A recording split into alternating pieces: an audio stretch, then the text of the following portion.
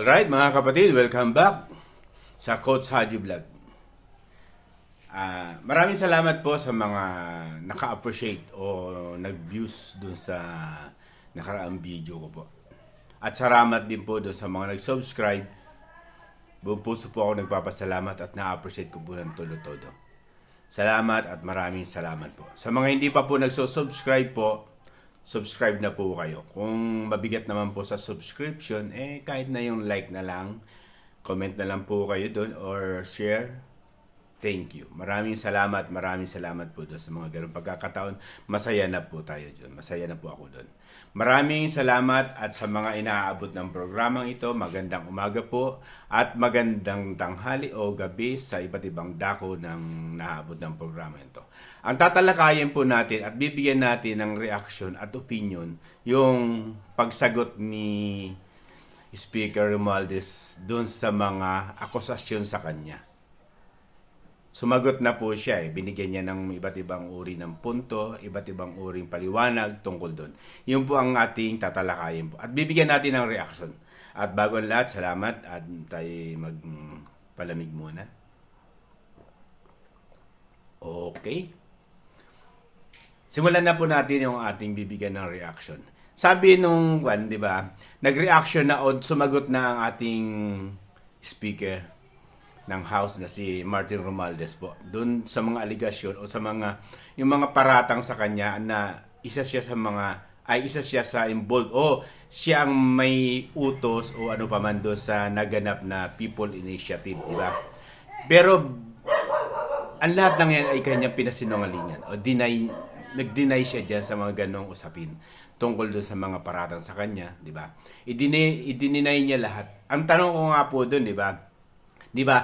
Ang ating pangulo po talaga, yung ating presidente, may immunity po 'yan di ba? May immunity 'yan sa mga kaso, sa mga hindi mo pwede siyang maidemanda o ano pa man bagay. Pero ang aking napansin doon, ang para bang tanong lang po tayo. Si Speaker Romualdez ba may immunity rin ba regarding doon o mayroon siyang immunity doon sa mga kasinungalingan, di ba? Yung sa kanyang pagdi-deny. Super kasi po yung pagdi-deny na halos lahat na nga sa kanya siya ang tinuturo. Marami na mga nagtestimonya regarding doon, maging sa taas, sa upper house, doon sa Senado, lahat na yan sinabi na talaga nagmumula sa kanyang office. Yung yung paratang ng ating Senadora Amy Marcos. Tapos nag-privilege na rin po sa ating senador na si Villanueva, di ba?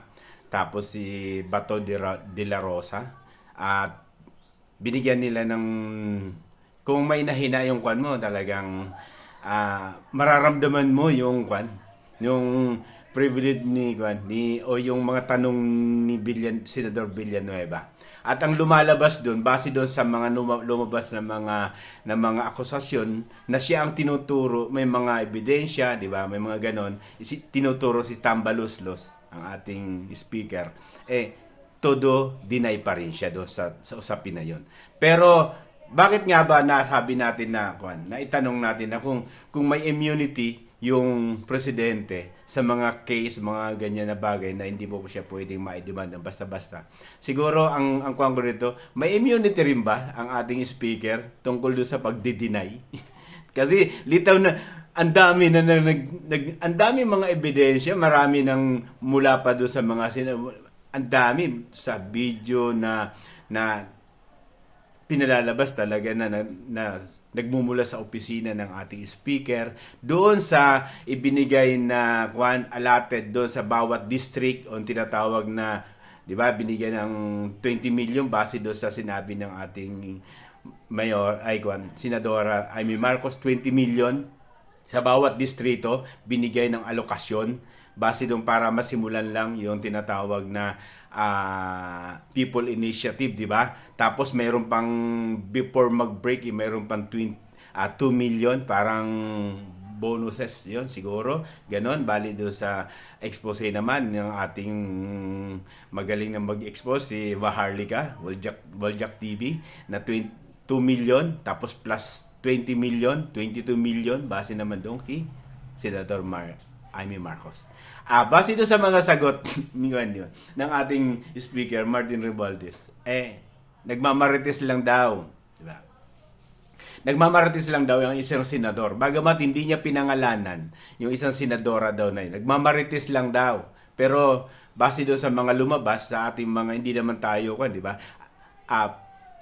Bagamat hindi niya pinangalanan, pero ang tinutukoy niya diyan si Amy Marcos, di ba? Kasi may nabanggit siya doon, parte doon sa kwento na nagtatampo nga daw yan sa akin. Nabanggit niya rin doon sa kanyang sagot o interview sa kanya na hindi naman daw siya nagtatampo, di ba? Ibig sabihin, nagmamarites lang daw itong isang senador ng di ba? Kahit hindi niya pinangalanan, Amy Marcos yun malamang tinutukoy niya.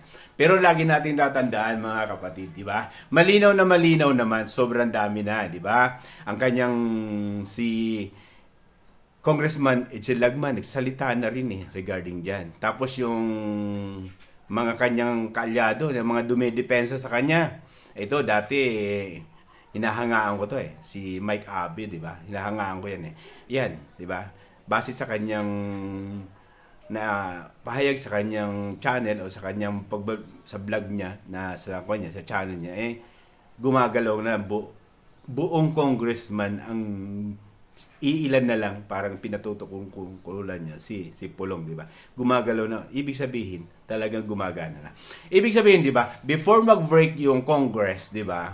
Naiintindihan ko po December 22 yan naniniwala tayo nung nakakalendar na yan kasi na-interview nga siya yan na doon kikwan sa deputy speaker yung dating kaalyado ng ating dating Pangulong Duterte, di ba?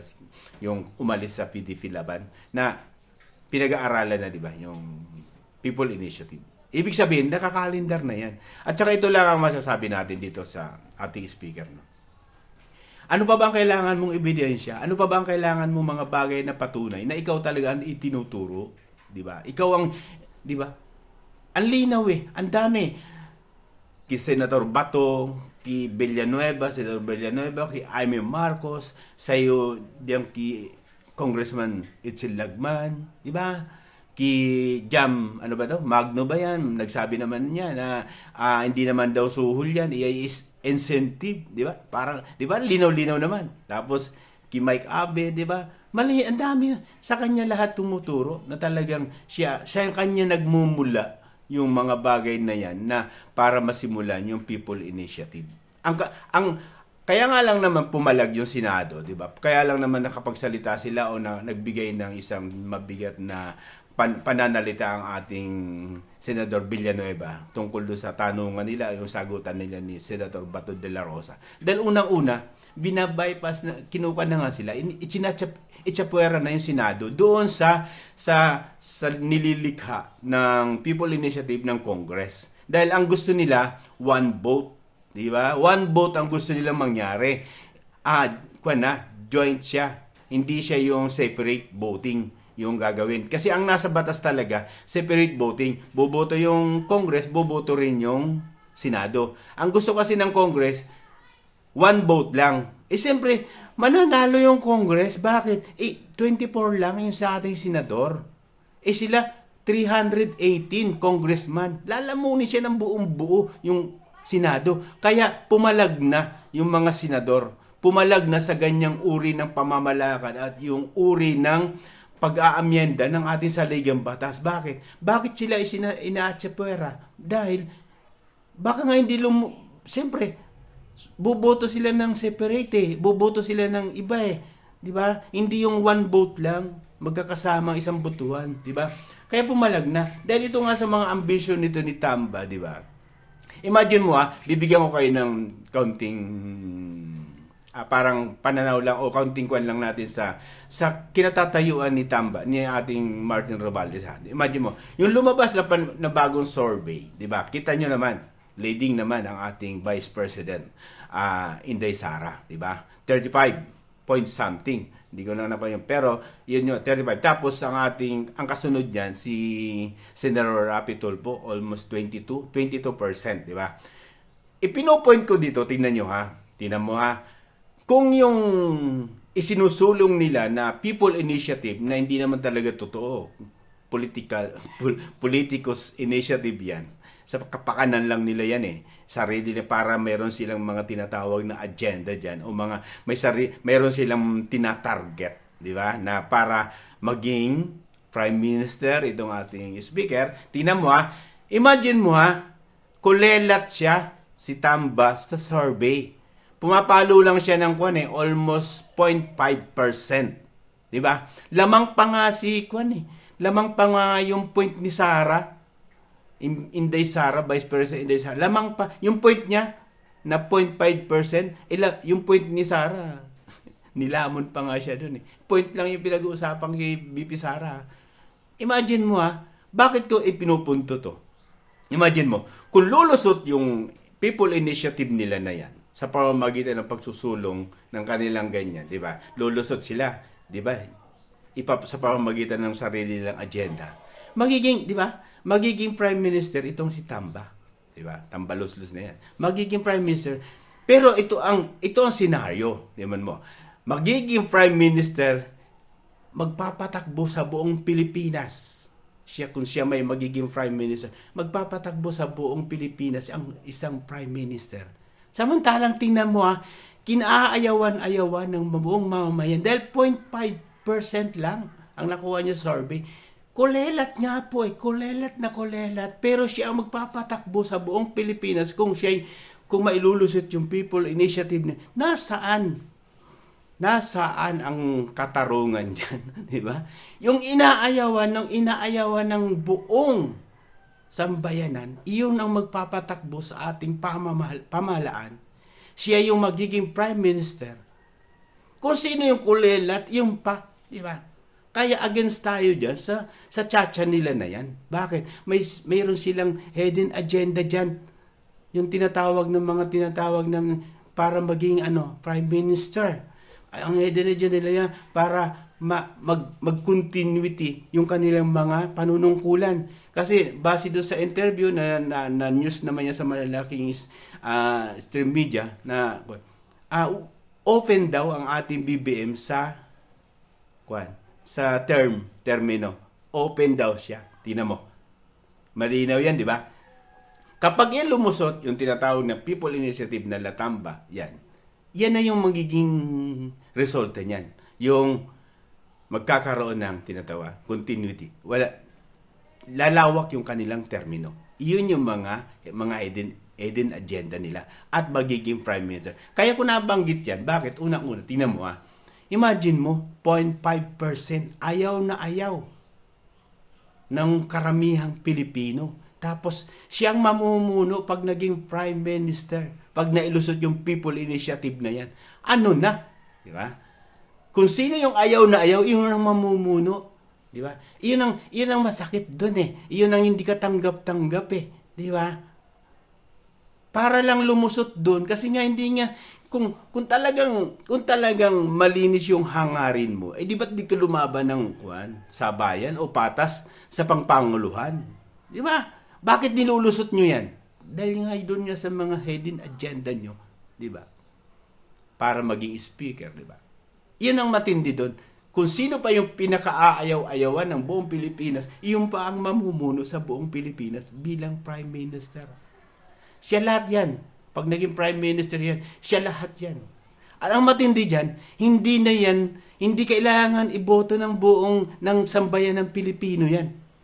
Alam mo ba, sa ganyang sitwasyon, ang boboto lang dyan, yung mga kapanalig niya sa Congress, sa tinatawag niya sa Congress, pag siya naging Prime Minister, iyan lang ang mag-a-approve kung tutuloy ba siya maging, yung mga polisiya niya dyan, yan lang. O di kaya, walang election na yan kasi unang-una, di ba? Ang mag-a-approve lang dyan, yung kanyang mga alagad dyan, ng mga congressman bilang Prime Minister. Iyon ang matindi doon. Walang pakialam dyan ng taong bayan regarding doon. Kasi nga, ang magmamando dyan, yung Prime Minister. Iyon ang masakit doon. Kung sino pa yung kulelat, diba? Yun pa ang mamumuno sa ating bayan. Kaya against tayo dyan sa tsatsya. Pero sa pagbabago ng saligang batas regarding doon sa mga economic version, wala tayong tutulpo doon. Bakit? Napapanahon na talaga yung ganong bagay. Pero doon dapat sa mga version na yon, yung sa economic, di ba? At wag gagalawin yung tinatawag na termino. Dapat lagi may termino talaga. Wag alisin yung termino ng isang pangulo na talagang for 6 years lang. Siguro, doon sa isang parte na pag ginalaw nila yan, yun, makikita na natin yung mga barahan nila. Kung bakit nila isinusulong yan. Di ba? Ganyan lang kalinaw yan, mga kapatid. Kaya sa atin, di ba? Ang hirap tanggapin. Pero sa bagay sa atin na talagang kung kailangan natin baguhin na yung saligang batas, basta doon lang sa dapat amendment. Yung tinatawag na kung alin lang ang dapat galawin doon tayo papayag doon sa economic, di ba? Doon sa mga hadlang doon sa property ng mga foreign investor, di ba? Siguro bigyan ng tinatawag kasi hindi ka pwedeng magmamay-ari ng 100% na pag-aari dito pag foreign ka, di ba? Hindi yun. Yun siguro kasi parang isa sa mga nakita ko hadlang din yun eh. Yung pagiging, sino papasok ng mga investor? Kita mo, na napapansin nyo mga kapatid, na pag-iiwanan na tayo ng mga kalapit bansa natin. Bakit? Tungkol doon sa mga ganong version sa ating saligang batas. Kaya, ang sa amin napapanahon na rin talaga na baguhin. Pero hindi yung version ng mga alagad ni Tambaloslos. Dahil mayroon sila doon hidden agenda. Mayroon sila doon, imagine mo na nga lang, di ba? Oh, yung bagay na sinasabi nila na wala silang kinalaman doon sa pag doon lang di ba? Alam na natin na talagang siya ang tinuturo tapos wala nang credibility yung ating speaker regarding nung ipagtanggihan niya pa yan, di ba? Wala nang credibility. Napakababa, 0.05% ang kanyang approval, di ba? Saan ang credibility mo doon? Para magbago ka ng saligang batas na mayroong kang mga tinatawag na mga hidden agenda regarding do sa mga bagay na 'yon, di ba? Hindi kami nagtitiwala eh. Wala kaming tiwala bilang mamamayan sa parte ng mga isinusulong nyo. Bakit? Yun nga eh, nakikita namin, kita na namin, marami na nagpapatotoo na kayo nagmumula dyan. Suhulan, di ba? 20 million per district. May 2 million may pa-bonuses pa. O di ba? Tapos ginagamit, sinasangkalan yung ating mga naging batas na ng mga tulong katulad ng 4Ps, ayuda, yan tinatawag na tupad na yan. Ipinagsasangkalan niya para pumirma ka lang, di ba? Samantalang ang totoo ibibigay na sa mamamayan yan. Pero bakit ipinagsasangkalan niya? Para makuha lang nila yung target nila na perma. At iyon nga, base doon sa mga na lumabas, ito testimonya naman ng ating Congressman Salceda, nakuha na nga daw yung target. O bakit alam niya yan? Diba? Ganun lang yan. Ibig sabihin, may mando yan. Pinag-usapan nila yan. O diba? O, malinaw naman yan mga kapatid. Huwag naman sana tayong gawing mga para tayong wala tayong kaalam-alam sa mga parte na yan. Huwag naman ganon. Huwag niyo namang liitin yung aming nakikita at naririnig o napapanood at nalalaman at base doon sa mga nakikita naman namin, legit naman yung mga nagsasalita. 'Di ba? Kinokontra nga yan lahat, pati ni Congressman Albi. Kaalyado ko niya yan. Kasama yan sa supermajority dyan sa House, 'di ba? Pero bakit nagsalita yan? Kasi nga ayaw niya nung may suhol. Kaya, Kong, thank you. Congrats sa iyo, 'di ba? Sinusuhulan eh. Pero ito naman, ang ating speaker, todo deny. Na hindi daw siya. Yung staff mo nga lang eh, binulgar na ng ating senadora, Amy Marcos, na nagmumula sa iyo, yung mga abogado mo, yung staff mo, may mga messages sa kanya. Di ba? Tapos sasabihin mo, marites lang. At sasabihin mo, tapos na ang trabaho nyo dyan sa Congress, magtrabaho yung Senado. Kailan ba ba't kailangan... Bakit matatapos yung trabaho sa Congress? 'Di ba? Hanggang 2025 ba yung trabaho niyo diyan? Hindi ko maintindihan kung ano sinasabi niyo tapos na. Natatapos ba yung trabaho niyo? Wala na, 'di ba? Hanggang 2025 pa kayo. Anong tapos dun? At sinasabihin magtrabaho na yung mga senador doon sa mga wag daw maniwala kasi puro karamihan daw diyan puro mga marites lang. Hello. May mga ebidensya, may mga lumabas na mga datos na nakita, na interview, base doon sa mga lumabas. Tapos, may involved na money o may involved na bribe regarding doon para maisulong yung people initiative na yan. Tapos todo deny ka. Lahat ba na, ikaw naman, sobra ka naman dyan, napakakuan mo naman, grabe ka naman tamba. Ano ba pinag-usapan dyan sa Congress na hindi mo alam? Hello? Wag naman ganun. Wag niyo naman kaming gawing parang, di po kami mga tanga. Di ba? Alam namin, kahit nandito lang kami sa bahay, nandito lang kami sa isang kwarto, nandito lang kami sa aming nalalaman namin yan. Bakit? Base doon sa mga lumalabas na news. At kitang-kita naman na kumpirmado, detalyado Di ba? Kinuha na nga kayo ni Edsel Lagman Congressman Edsel Lagman. Doon pa lang. Tapos sa pabubulaanan mo pa. Hindi, wag ganun. Di ba? Salamat po mga kapatid at sana naintindihan natin. Nakita natin yung kaibahan ng leadership. Makikita natin yung isang pinuno na talagang nararapat o hindi. Bakit? Yung mga sinasabi, di ba? Alam na gano'n, todo deny. Ito ba yung gusto natin, di ba? Huwag ganun. Maging mapagmatsyag tayo mga kapatid. Tingnan natin yung mga bagay na kanilang mga ginagawa na hindi naman tayo kumukontra sa isang parte. Pero pag nakita nating mali at nagkakaroon ng tinatawag na bribe, magsalita po tayo. Magmungkahi tayo. Mag-step up tayo. Kailangan talaga natin magsalita. Hindi dahil sa ano paman. Para marinig nila na against tayo doon sa kanilang mga ginagawa. Talagang ayaw natin yung mga ganung bagay. Pero sa pag-unlad ng ating bayan, doon tayo. Basta mali po, mali. Pag sa tama, magsama-sama po tayo. God bless po at ingat po tayong lahat. Mahal ko po kayong lahat. Salamat po.